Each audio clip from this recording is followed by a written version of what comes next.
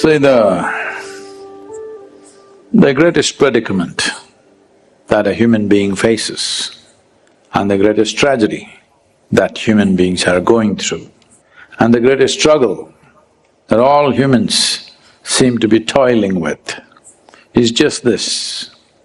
Their sensory perception gives one-sided perception.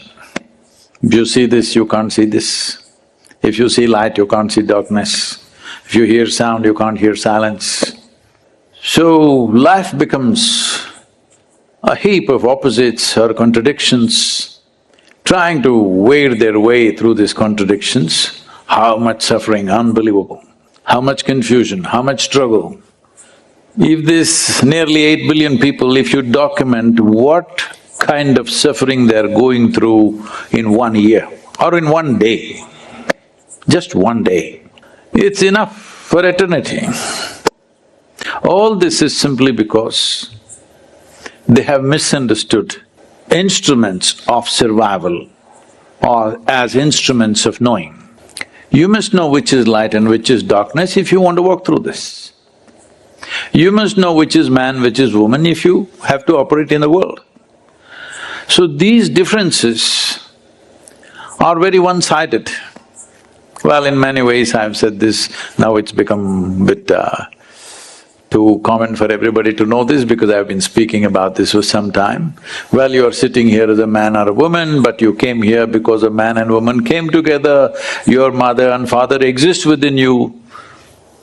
You being a woman or a man is just a surface thing, but you've taken it so seriously. And you go through a whole lot of circus. Just being a man or a woman, how much circus in the world? Forget about light and darkness, that's more complicated. Gender is the simplest damn thing. But how much struggle, how much social confusion, how many religions and scriptures have been written about this misunderstanding endlessly. This is just that because between light and darkness, you think they are two different worlds, because it looks like that. The day looks like one kind of world, this planet looks different during the day. During the night, it's a completely different world, but it is not, it's the same world. I think you get that point during twilight to some extent. This is why it's always important to wake up before the sun comes up, because you don't have to do anything. If you're just alert and looking, slowly the perception will go into you. This is why always in yoga, Brahma Muhurtam you should be up because twilight starts then. In twilight, if you're awake, you perceive that the differences that you have made out in your mind because of misperceptions of senses that you have settles within you. When that happens? When? When a man is woman, bird a flower, red is blue, life, death, twilight.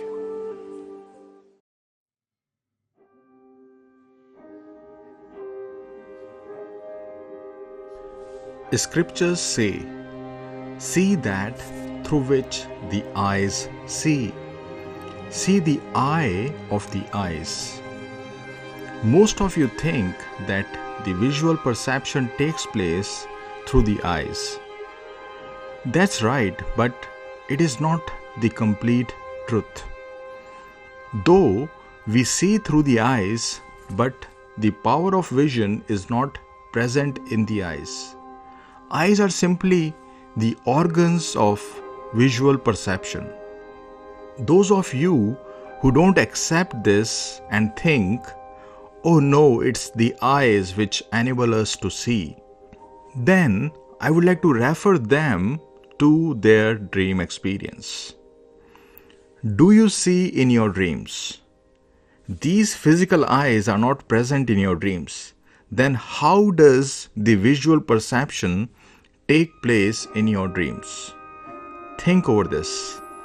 The power of vision is not present in the eyes, it's present in the real you. It's present in the divine, conscious, blissful you. It's the real you which lends the power of vision to the eyes. And similar is the case with all other sense organs. The power of hearing, the power of smell, the power of taste and touch, these are all present in the real you, but they express through their respective organs. So, when the scriptures say, "See that by which the eyes see," what they mean is, recognize your divine, conscious, blissful nature. It's your conscious nature which enables this physical body to function. How does your heart beat? How does the blood transport oxygen from lungs to the tissues and organs? And how does it transport carbon dioxide, which is a waste product, from the tissues back to the lungs for exhalation? So much is happening in your body without you even knowing it. There are about 86 billion neurons in your brain, all interconnected, forming intricate networks and pathways. And there are glial cells in your brain which outnumber these neurons.